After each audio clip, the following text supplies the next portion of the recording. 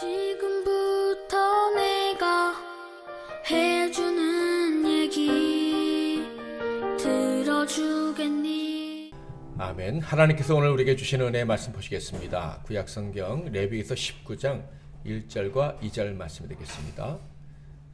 구약성경 레위기 19장 1절과 2절 말씀입니다.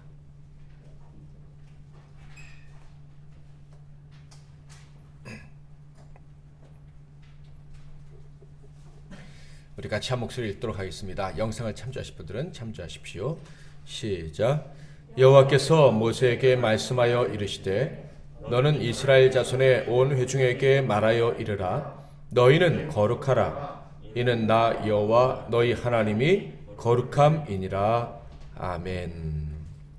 오늘은 좀 제목이 좀 어색한 어감으로 들릴 텐데요. 하나님이 거룩함. 하나님이 거룩함이란 제목으로 하나님 말씀을 상고하겠습니다. 레위기서를 크게 두 부분으로 나누면요, 19장이 두 번째 부분의 시작이라고 할 수 있습니다. 앞부분의 주제는 율법의 큰 두 가지 축, 하나님을 사랑하라 그리고 이웃을 사랑하라 라는 이 두 가지 중에 하나님을 사랑하라 라는 부분을 다루었다면 19장부터 시작되는 두 번째 부분은 내 이웃을 내 몸같이 사랑하라 라는 부분을 다루고 있습니다.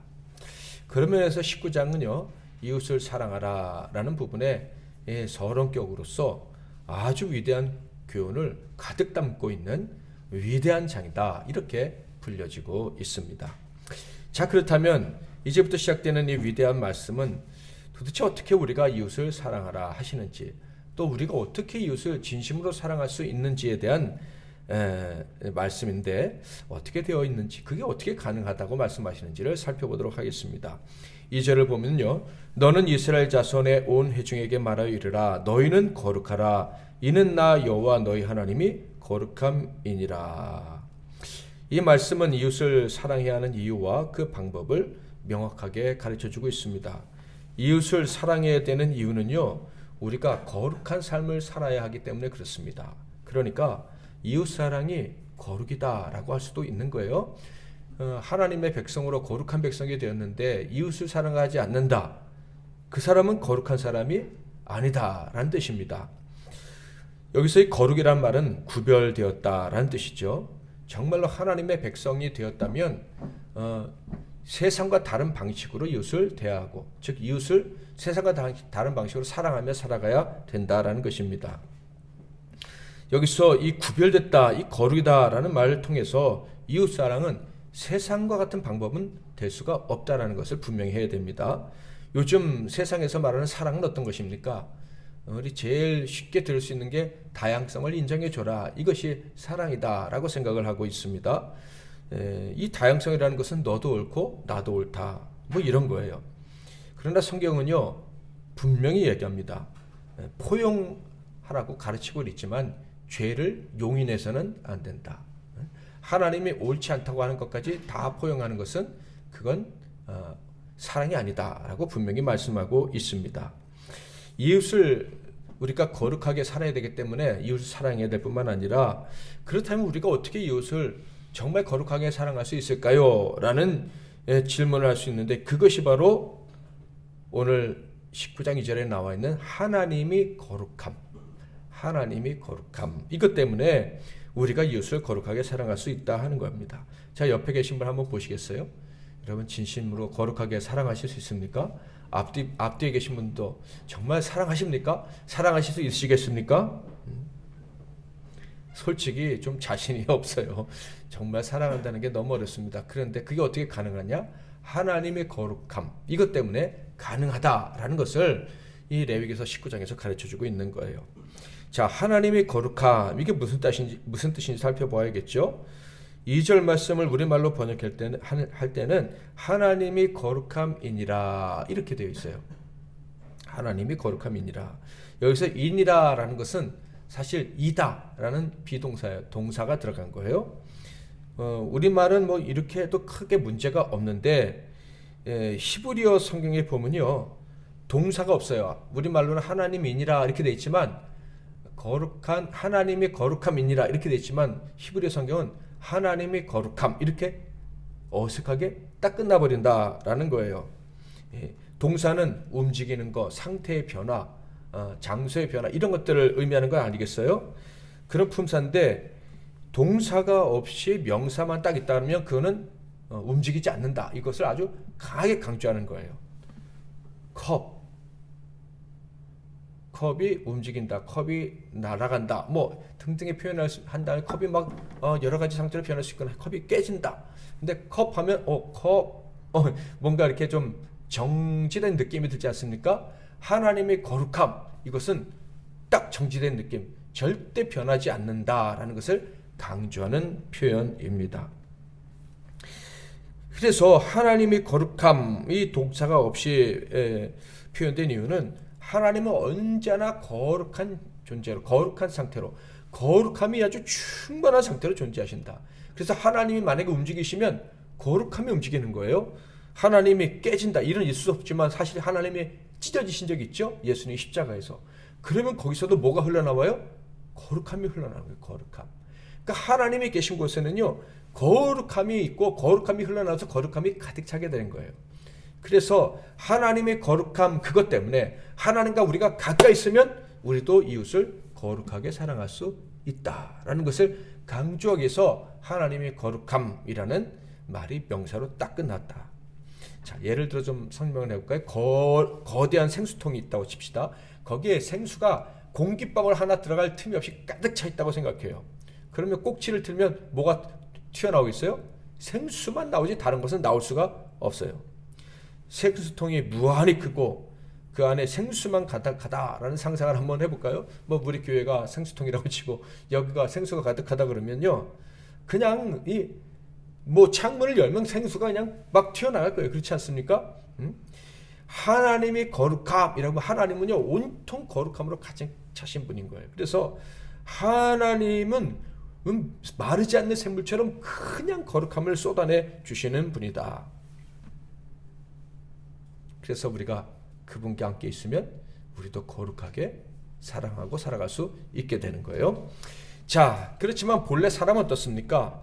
여기 너희는 거룩하라 이런 말씀은 너희는 점점 더 거룩하게 되어라, 계속해서 거룩해져야 된다 이런 뜻인데 하나님은 거룩함 그 자체지만 사람은 계속해서 거룩해져야 되는 존재다 이렇게 얘기하는 거예요. 왜? 사람에게는 원래 거룩이 없으므로 거룩이 채워지고 계속 채워져서 나중엔 거룩함으로 가득 찬 존재가 될 때 우리가 어디 가는 거예요?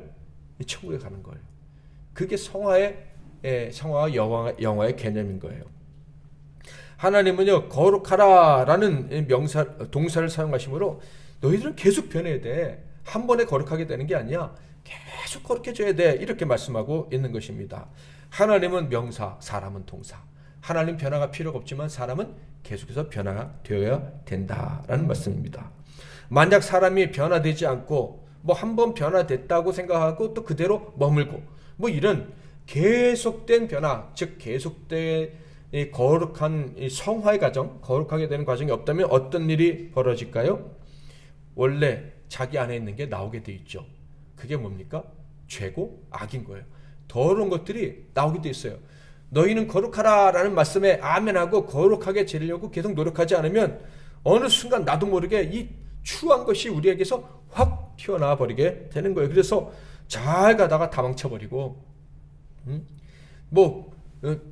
집을 잘 짓다가 거기에 막 그냥 잿물을 끼얹어 버리고 쓸데없이 페인트 쏘아 버리고 뭐 이렇게 다 망쳐버리는 그런 일이 벌어지게 된다라는 것입니다. 사람은 죄인입니다. 그래서 하나님이 거룩함이라는 명사로 표현한 것처럼 사람을 명사로 표현한다면 죄인, 죄악 덩어리 뭐 이렇게밖에 달리 표현할 방법이 없는 거예요. 절대 부인할 수 없죠. 여러분 주변을 돌아보세요. 어른, 아이 할 것 없이 다 죄악된 존재예요. 자기만 아는 이기적인 존재, 자기중심적인 존재가 우리 인간입니다. 그렇게 은혜를 받아도 딱 나가면 또 나만 생각하는, 그래서 계속해서 이 거룩해져야 된다는 이 사명감이 없이 그냥 정신을 놓고 살아가면 그냥 악이 금방 튀어나올 수밖에 없는 존재다. 그러므로 너희는 거룩하라라는 말씀은 어떤 말씀이겠어요? 하나님께로부터는 계속 거룩함이 솟아나오는 것처럼 너희들에게서도 거룩함이 솟아나오는 그런 삶을 사는 사람이 되어야 돼. 이런 말씀을 하시는 거예요. 자, 그런데 그 거룩함이 언제 어디서 솟아나와야 된다라고 말씀하십니까? 하나님 앞에서 솟아나와야 된다. 그것이 바로 1장부터 18장 레위기 전반부에 있는 내용의 핵심입니다. 거룩하신 하나님은요, 더러운 것을 쏟아내실 수가 없어요. 근데 더러운 사람이 곁에 있어서 하나님이 사랑한다고 하는 사람이 더러움을 쏟아내면 하나님은 그것을 참으실 수가 없어요. 즉 하나님은 더러운 것과 함께 하실 수가 없어요. 그래서 5대 제사를 드리라고 하신 거예요. 5대 제사, 번제, 소제, 화목제, 속죄제, 속건제. 이 5개의 제사를 하나님께 계속 드리라라고 명령을 하신 거예요. 왜? 그렇게 그 제사를 통해서 우리가 거룩해질 때 하나님이 함께 하실 수가 있고, 하나님이 함께 하시면 그 사람에게서도 거룩함이 솟아나올 수 있기 때문에, 그게 이제 19장부터는 왜 그렇게 제사를 드리도록 하셨는지, 이 땅에 사는 사람들이 하나님과 교제하고 천국 가면 끝인데 이 땅에 계속 살아야 되는 우리 사람들이 하나님과의 관계를 위해서 제사해야 되는 그 이유를 이제 실제적으로 이제 보여주시는 거예요. 바로 이웃과 함께 살아가는 날 동안, 이 땅에 살아가는 날 동안 거룩함이 너희에게서 솟아나올 수 있기를 바라서 하나님이 너희들이 나와서 제사해야 돼, 이렇게 말씀하셨다는 것을 이제 확실히 보여주시는 거죠. 저와 여러분의 삶 속, 이웃과 함께하는 삶 속에 거룩함이 솟아나오기를 바랍니다. 부부지간에도 거룩함이 솟아나와야 되고, 친구지간, 부모 자식지간에도 거룩함이 솟아나와야 돼요. 가까우니까 더러움이 막 팍팍 튀어나오면 이거 안 된다, 이런 말이죠. 제가 요 사이에 청년들과 시간을 많이 보내서 아주 행복합니다. 젊은이들과 보내는 시간이 많아서 너무 좋은데, 그러다 보니까 약간의 부작용이 좀 있어요. 뭐냐 하면 이 친구들이 쓰는 언어를 제가 사용을 하는 거예요. 그래서 아무 생각 없이 사용했다가 저희 집 애들한테 욕을 먹었습니다. 목사님이 어떻게 그런 단어를 사용하시느냐고. 그래서 엄청 조심하고 있습니다. 우리가 정말 이웃과 함께 살아야 되는데 나도 모르게 이게 거룩하지 못한 게 튀어나올 때가 많이 있어요. 그래서 계속 거룩해지려고 노력을 해야 돼요. 그래서 이웃과 관계 속에서 계속 거룩함이 있게 솟아나와야 된다라는 것입니다. 자, 그러면 죄인의 우리들의 삶 속에서 어떻게 거룩함이 계속 솟아나올 수 있을까? 그 점에 대해서 레위기 19장 2절이 명확하게 가르쳐 주시는 거예요. 우리 일상생활에서 거룩함이 튀어나올 수 있는 근거는 바로 하나님이 거룩함, 하나님이 거룩함, 이것 때문에 하나님이 거룩함, 그 거룩하신 그 존재 자체가 우리와 함께 가시기 때문에 우리도 이웃과 동행하는 삶 속에서 거룩함이 튀어나올 수 있다, 이런 거예요. 자, 그러므로 이제 하나님의 거룩함 때문에 우리의 삶 속에서 이웃을 거룩하게 사랑하며 살아갈 수 있는 이유가 도대체 무엇인가, 구체적으로 어떻게 그게 가능합니까? 라는 질문을 우리가 하고 거기에 대한 답을 찾아봐야겠죠. 자, 레위기 앞부분에 제사법에 대해서 가르쳐 주셨다라는 말씀을 드렸는데, 이 제사법, 또 다른 말로 정결법, 이렇게 얘기합니다. 하나님 앞에서 깨끗하게 거룩하게 설 수 있는 방법, 그것이 제사법이고 정결법인 거예요. 하나님께서 이 제사법과 정결법을 주신 이유가 무엇일까요? 혹시 아시는 분? 너희 벌 받기 싫으면 제사해, 복 받고 싶으면 제사해, 이게 아니라 하나님이 우리와 함께 계시고 싶으셔서, 하나님이 우리와 함께 동행하고 싶으셔서, 우리를 너무 사랑하셔서 제사법, 정결법을 허락하신 거예요. 신약시대에는 예배죠. 하나님이 우리에게 왜 예배를 허락하셔요? 하나님이 우리와 함께 하길 원하셔서. 우리 이곳에 오셔서 그 찬양 우리 예배하기 전에 늘 부르지 않습니까? 하나님이 우리와 함께 하시길 원하시는 거, 우리가 막 요청하는 것 같잖아요, 이 찬양은. 근데 사실 누가 더 원하시는 거예요? 하나님 원하시는 거예요. 하나님은 우리의 피난처가 되시, 아까 찬양 불렀잖아요. 하나님 우리의 피난처가 되어주세요 하기 전에 하나님이 더 원하시는 거예요. 하나님이 저와 여러분의 피난처가 되어 주시기를 원하시는 거. 이게 이 열망이 우리보다 하나님께 더 강하단 말이에요. 그래서 하나님이 우리에게 제사법, 정결법을 허락해 주셨다 하는 거예요. 좀 더 피부적으로 느껴지도록 표현을 한다면 저는 이렇게 말씀하고 싶어요. 하나님이 왜 우리에게 제사와 예배를 허락하셨냐면 우리를 덮어버리시려고, 하나님의 권능으로, 하나님의 능력으로 우리를 그냥 압도해버리시려고. 그래서 우리의 능력으로 살지 않고 누구의 능력으로 살아요? 하나님의 능력으로 살게 하시려고 예배해라, 제사해라 이렇게 명령하셨다는 거예요. 여러분, 그러니까 이게 얼마나 감사한 일이에요. 우리가 오늘 전심으로 하나님께 예배하면요, 하나님의 능력이 우리를 덮어버리십니다. 하나님의 능력이 우리를 압도해버리셔서 우리가 우리의 힘으로 살지 않고 하나님의 힘으로 살게 하시는 거예요. 우리의 힘으로 미래를 열지 않고 하나님의 능력으로 미래를 열게 하시는 거예요. 아멘? 이 기대를 가지고, 이 희망을 가지고 우리는 예배를 해야 되는 거예요. 구약시대에 정말 그 의미를 알던 사람들은요, 그 예배할 때마다 기뻐했고 즐거워하면서 그 예배는 뭐가 됐어요? 축제가 되는 거예요. 축제. 그래서 예수님 오셨을 때 인간, 즉 제자들과 함께 하시면서 예수님이 강조하셨던 아주 중요한 개념 중에 하나가 뭡니까? 잔치예요. 잔치. 신랑과 함께 있을 때는, 그 잔치집에 있을 때는 금식할 필요가 전혀 없다. 예수님과 함께 있으면 잔치인데, 하나님과 함께 있으면 잔치인데 왜 슬퍼하고 눈물을 흘리고 뭐 금식하고 그런 헛된 짓 하느냐. 그러지 말아라. 예수님 뜻이에요.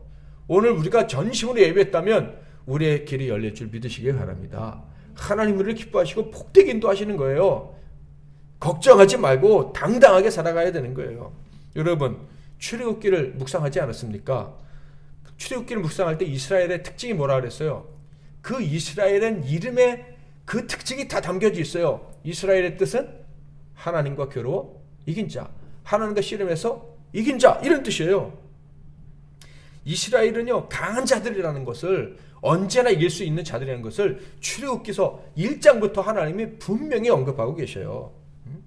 세상이 감당할 수 없는 사람이에요. 세상의 강력한 권력이, 제국이, 바로가, 로마 황제가 건드릴 수 없는 사람들이 바로 이스라엘, 크리스찬, 하나님 백성들, 하나님 택한 사람들이다 이 말이에요. 그러므로 우리가 참된 제사, 참된 예배를 통해서 하나님과 함께하게 되면 어떤 일이 벌어져요? 세상의 어떤 군대보다 강한 군대가 우리를 보호해 주시는 그런 사람으로 살아가는 거예요. 마하나임, 하나님의 군대가 저와 여러분의 편임을 믿으시기를 바랍니다. 자, 그러므로 우리는 우리가 도저히 이길 수 없을 것 같은 적도 물리칠 수 있는 사람이에요. 우리가 참되게 하나님을 예배하고 하나님과 함께 할 수 있다면 말이죠. 자, 그렇다면 우리가 싸워야 이겨야 될 적도 중에 가장 무서운 적이, 가장 강한 적이 무엇입니까? 지금은 아마 졸음의 적일 수도 있겠고, 어떤 적이 가장 무서운 적이겠습니까? 물론 뭐 힘 있는 사람들도 적일 수도 있겠지만 내 자신이 가장 큰 적이에요.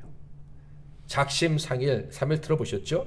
내 안에 있는 죄, 내 안에 있는 우유부단함, 무능, 무지, 너무 무식하고 알지 못하고 늘 잘못된 선택을 하고 그럼에도 불구하고 반항하고 약속도 어기고 이 악한 정욕에 끌리고 이런 것들이 우리 안에 있는 가장 큰 적이다라는 거예요.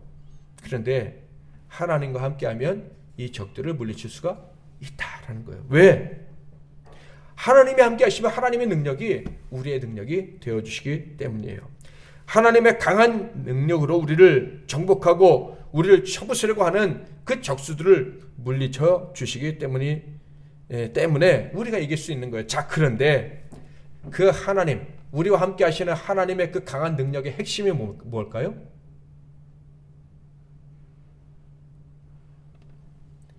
그 핵심의, 그 능력의 핵심이 바로 하나님이 거룩함이라는 거예요. 하나님 빛이시다. 어둠을 몰아내신다 그랬잖아요. 그 하나님의 거룩함은 온갖 더러운 것들을 몰아내는 거예요. 우리 안에 있는 죄, 우리 안에 있는 무능, 우리 안에 있는 실패, 우리 안에 있는 좌절, 하나님의 거룩이 우리를 정복하시면, 우리를 뒤덮으시면 그걸 막 몰아내시는 거예요.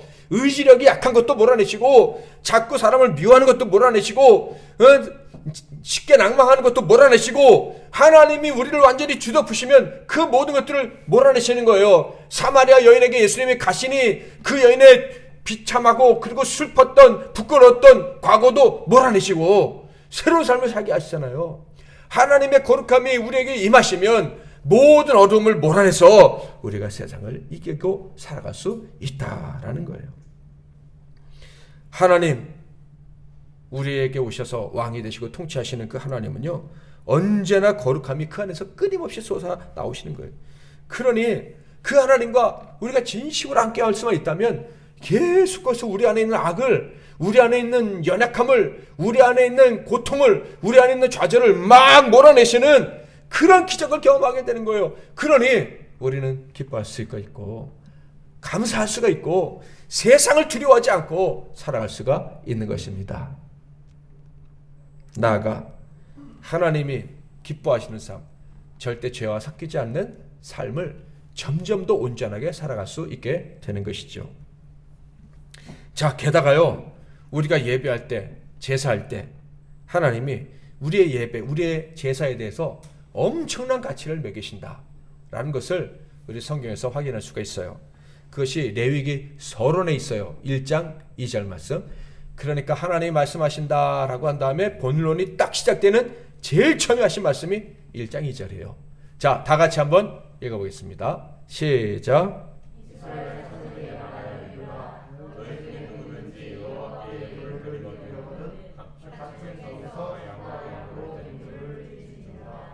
자, 저는요, 사실 레위기에서 읽으면서 제일 은혜 받은 게 1장 2절이에요.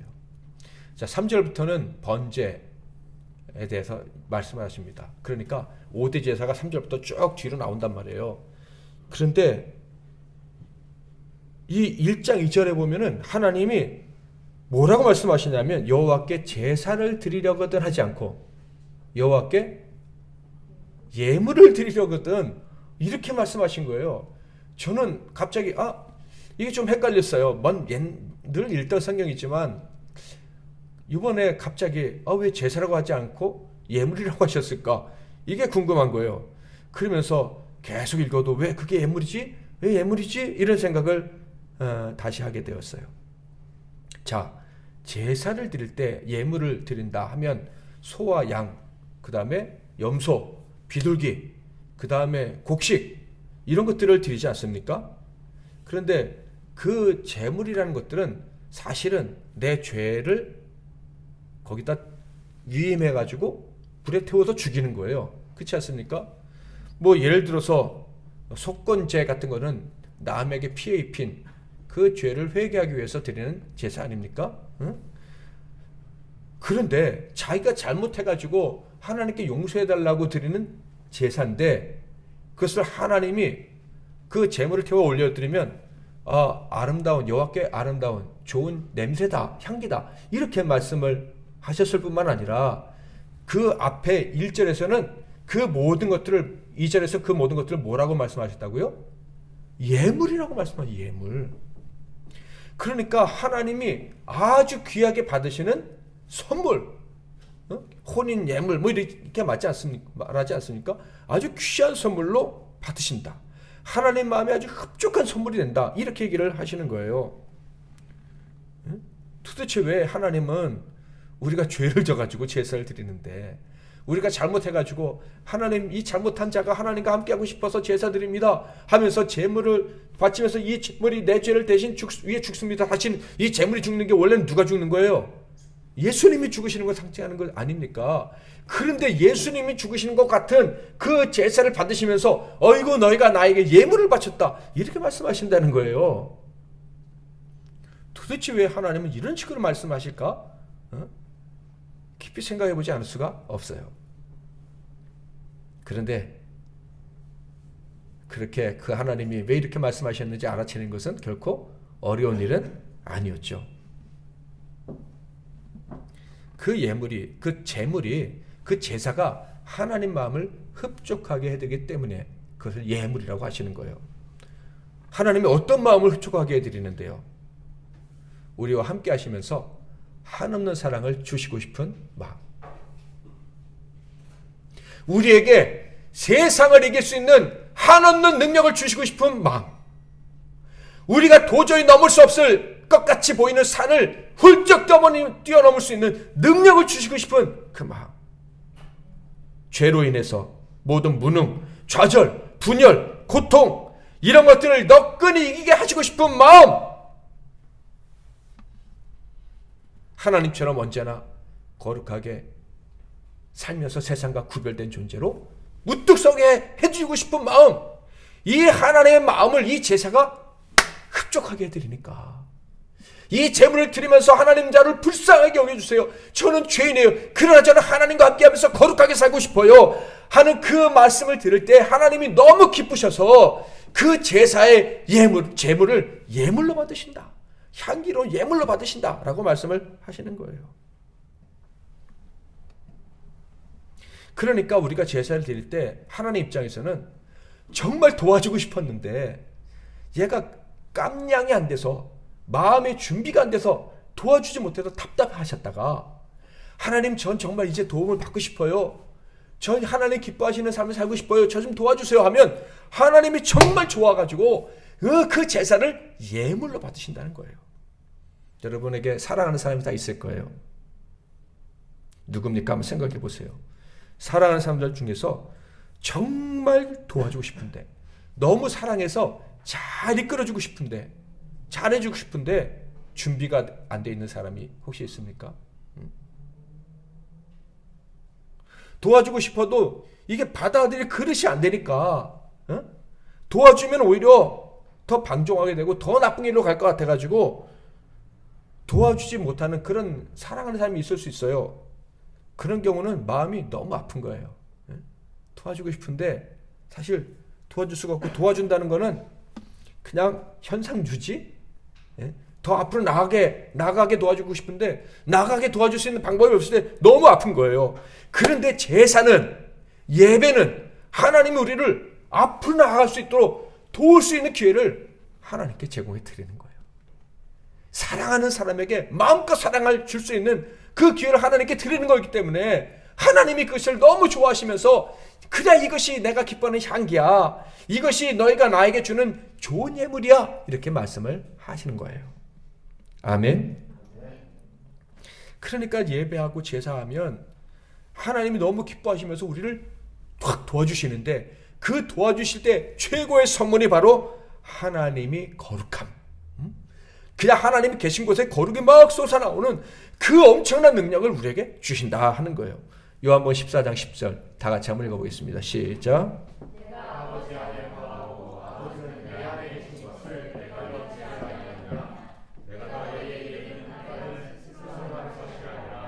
아버지께서 내 안에 계셔서 그 일을 하시는 것이라. 예수님 뭐라고 하세요? 인간이신 예수 안에 누가 들어오실 수 있다? 하나님이 들어오실 수 있다.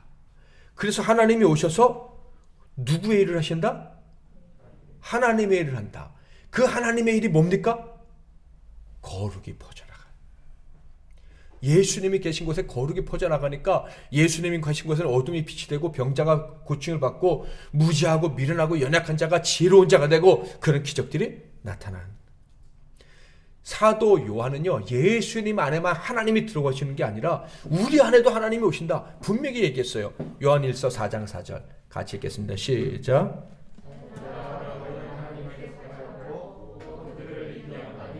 이는 너희 안에 계시니가 세상에 있는 자보다 크심이라. 우리 안에 누가 계신 거예요?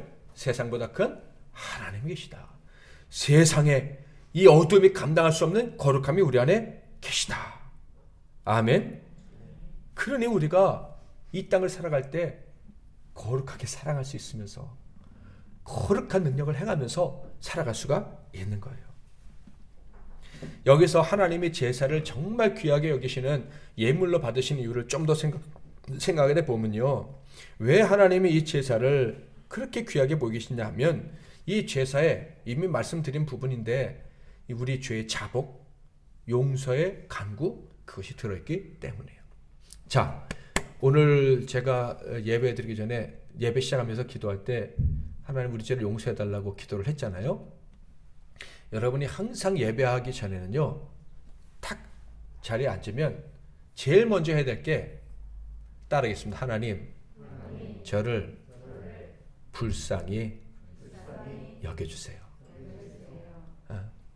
우리 모두 다 죄인이고 하나님 기뻐하시는 삶 온전히 살지 못하고 교회 온 거예요. 그렇지 않습니까? 그러므로 예배 자리에 앉으면 제일 먼저 해야 될 일이 하나님 저를 불쌍히 여겨주세요 하는 거예요. 그러면 그 예배 자체가 벌써 하나님이 기뻐하시는 예배로 준비가 되는 거예요. 여러분 5대 제사를 했죠? 하나님이 기쁘게 받으시는 예물, 그 제사는요 5가지가 다 공통점이 있는데 바로 희생제사라는 거예요. 심지어 소제 곡식마저도 그 곡식에도 우리의 죄가 전가되어 있는 거예요. 그래서 어떻게 해요? 합니까? 태워서 하나님께 바치는 거예요. 그러니까 모든 제사는 부정한 나, 이 연약한 나를 태워서 하나님께 바치고 하나님의 거룩하심으로 채워지기를 바라면서 드리는 예배다. 하나님이 동행해 주시고 하나님이 내 삶의 주권이 되어 주시기를 바라면서 드리는 예배다. 그래서 하나님이 그것을 기뻐하시는 거예요. 그래서 기뻐하시면 거룩을 우리한테 탁 선물로 주셔서 그 거룩으로 세상을 이기게 하시는 거예요. 하나님이 가장 기뻐하시는 제사가 뭔지 들어보셨죠? 상한 심령 시편 51편 17절 같이 한번 읽겠습니다. 시작.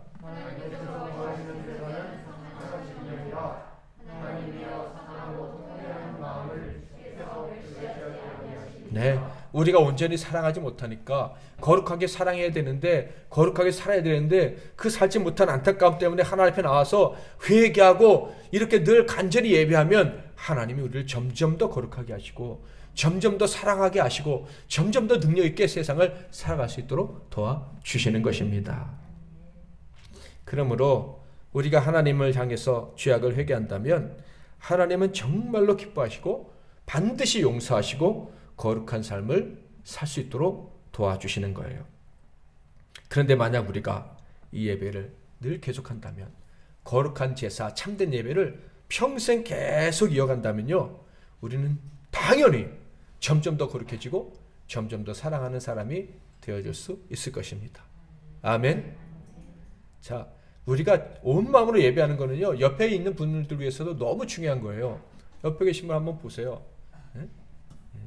그분이 머리까지 막 쓰다듬고 그러는데 내가요 하나님께 점점 더 바르게 예배하면 옆에 있는 그분이 나에게 더 사랑을 많이 받게 될 거예요. 그러니까 내가 하나님께 전심으로 예배하는 것은 옆에 있는 사람을 위해서 내가 할 수 있는 아주 최선의 봉사다, 최선의 노력이다, 이렇게 해도 틀린 말이 아닌 거예요. 자, 그래서요 3절부터 보면 거룩한 삶을 살아가는데 도대체 어떻게 거룩한 삶을 살아가는지에 대해서 하나님이 구체적으로 설명을 해주시는데 오늘은 다 설명드릴 수는 없고 몇 가지만 말씀을 드리고 여러분이 시간 되실 때 이 19장 말씀을 좀 자세히 읽어보면 참 좋을 것 같아요. 자, 주옥 같은 말씀들 중에서 첫 번째로 강조되는 말씀은 19장 3절 같이 한번 읽겠습니다. 시작.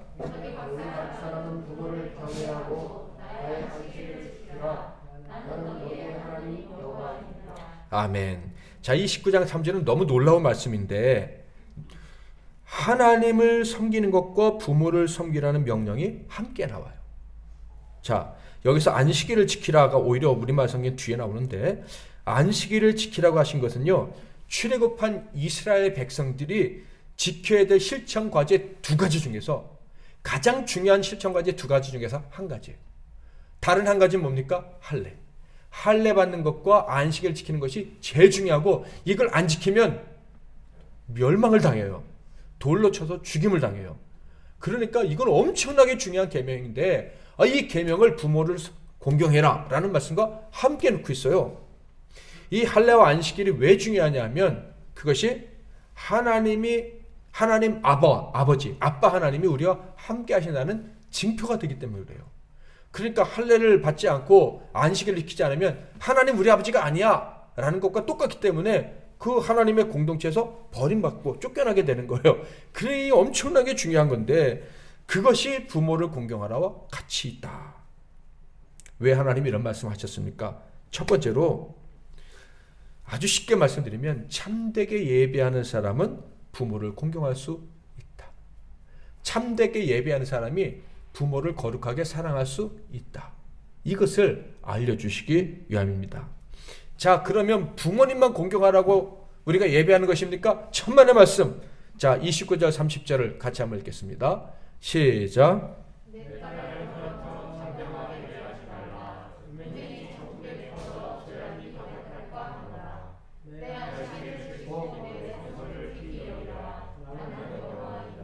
딸, 그러니까 자녀를 잘 지키기 위해서 부모가 안식일을 지켜라, 이렇게 말씀하시잖아요. 그러니까 부모가 하나님 앞에 온전히 예배하고 하나님을 앞에 온전히 쓰면 또 누구를 잘 지키게 된다는 거예요? 자식을 거룩하게 사랑할 수 있게 된다는 거예요. 그러니까 하나님의 명령을 지키고 하나님께 온전히 예배하는 자, 하나님 앞에 바르게 서는 자가 되면 가정을 지킬 수 있는 거구나, 가정을 지키기 위해서는 하나님께 참되게 예배하는 자가 되어야 되는구나 라는 것을 말씀하신다는 것을 알 수가 있어요. 실제로 안식일을 제정하신 이유 중에 정말 우리의 유익을 위해서 하신 것이라는 것을 우리가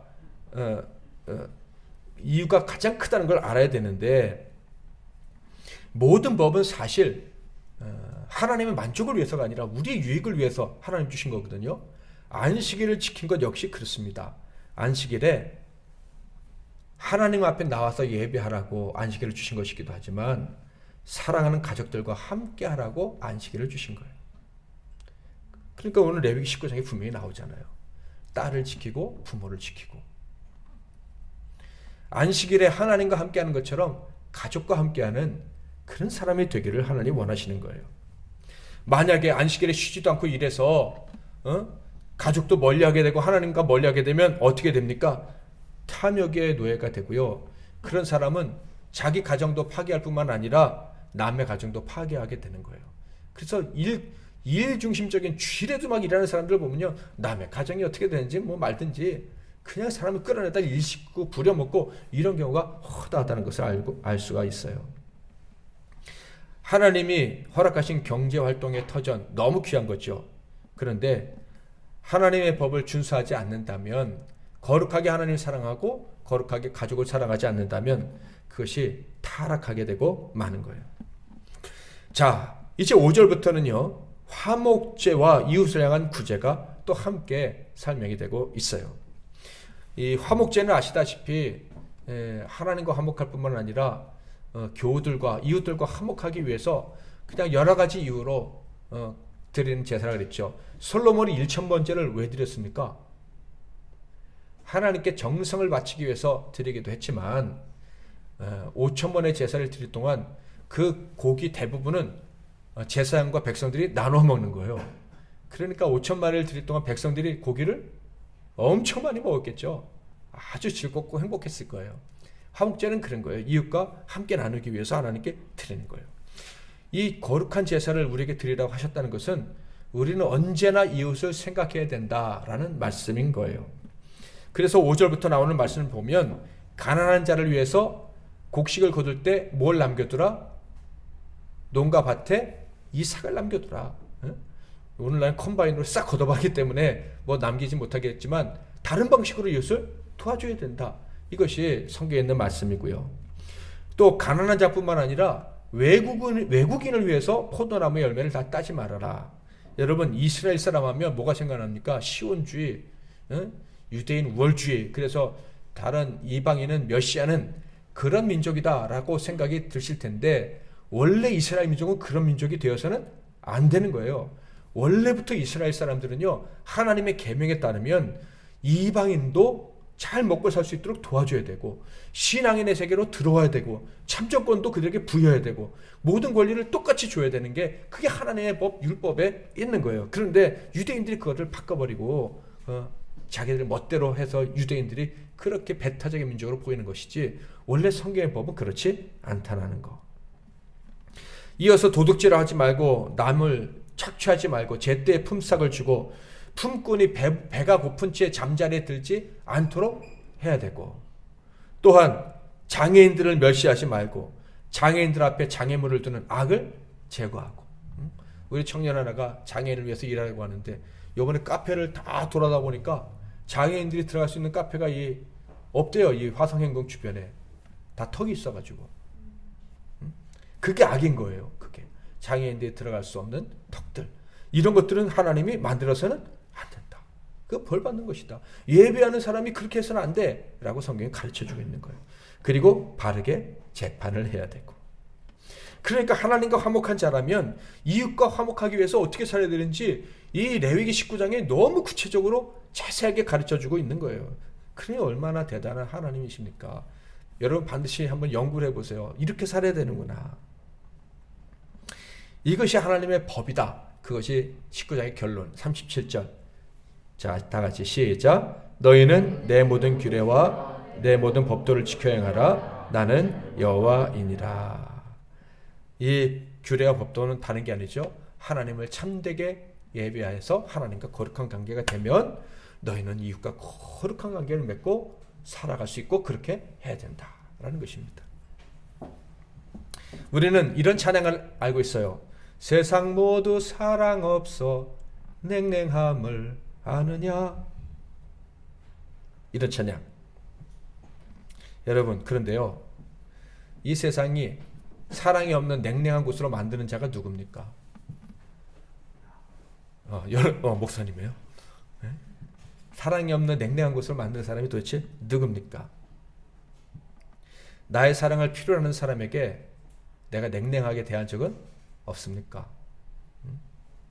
습관적으로 혹은 진심으로 혹은 뭐 사나이라는 이유로 성격이 난 원래 그래 라는 이유로 냉랭하게 사랑하는 사람들을 대하면서 세상을 그렇게 삭막하게 만드는 경우는 없습니까?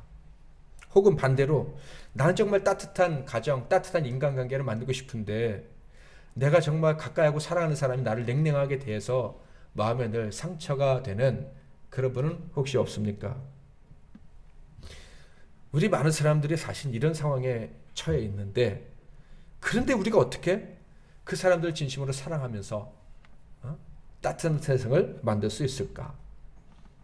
그 답이 바로 오늘 레위기 19장에 있는 거예요. 하나님이 거룩함. 하나님이 거룩함.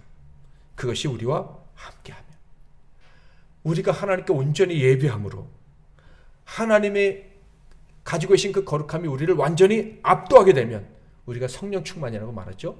하나님이 우리를 정말 압도하시게 되면 하나님께서 기뻐하시는 예배를 우리가 온전히 하나님께 드림으로 우리가 진정한 회개를 담아 하나님께 예배함으로 나를 불쌍히 여겨주시기를 바라는 마음으로 상한 심령으로 예배함으로 하나님이 그 예배를 받아주시고 우리를 그 거룩함으로 압도해 주시면 그때 우리는 정말 불가능할 것 같았던 사랑이 가득한 공동체를 만들 수 있다는 거예요.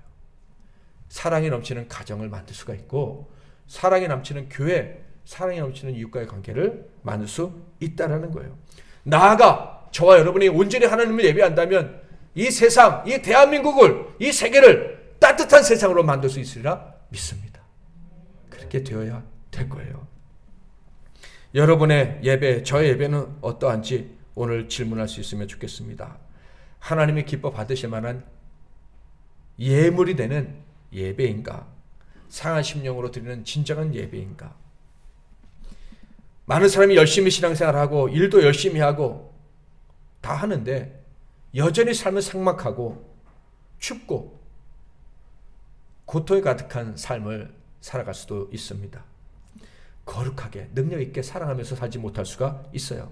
경험으로 다 압니다. 우리가 열심히 하느라고 했는데 안 되는 거 다 경험해 왔어요.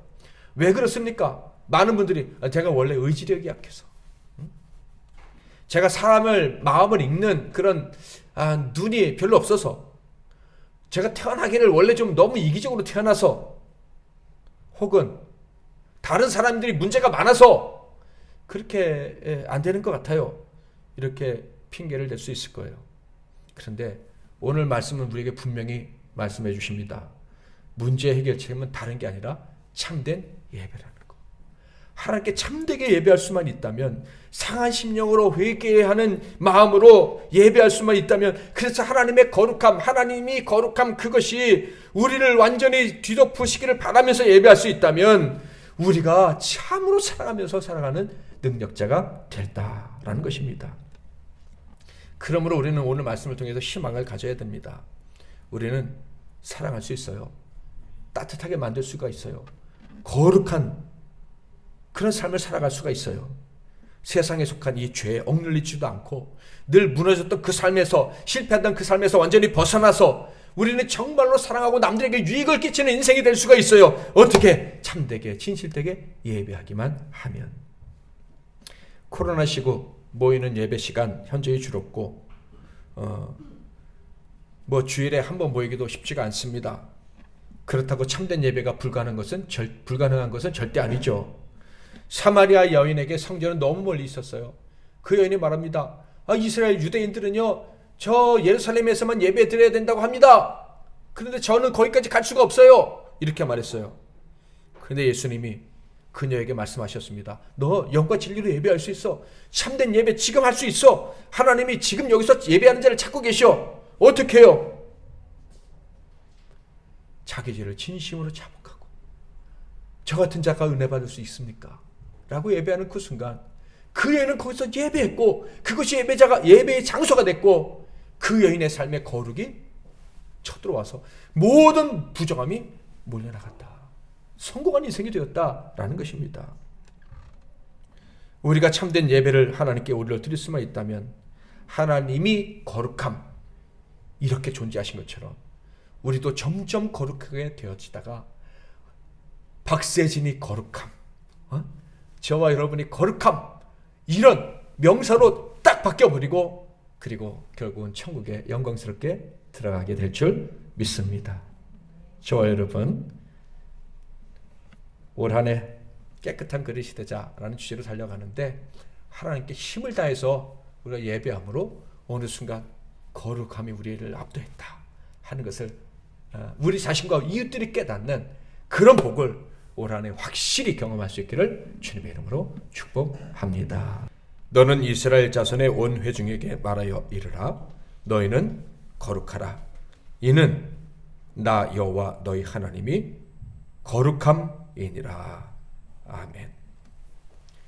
이제는 우리 주 예수 그리스도의 크신 은혜와 우리 하나님 아버지의 극진하신 사랑과 성령님의 위로교통 충만 복 주시는 은혜가, 하나님의 거룩함 그 자체이시기에 그분과 함께하기를 원하며 상한 심령으로 예배하는, 그리고 예배를 통해서 하나님과 함께하게 되는 우리들의 삶 속에서도 이제 거룩함이 흘러나오게 될 줄 믿고, 이렇게 머리 숙인 이 우리 귀한 종들 한 분 한 분 위에 그들의 가정과 산업과 건강과 미래 위에, 꿈 위에, 연약한 능력과 모든 의지력 위에, 이 나라와 이 민족과 세계 열방과 주님께서 피로 값주고 사신 우리 MBC 나눔 교회 위에 이제로부터 영원토록 함께 하실지어다. 아멘.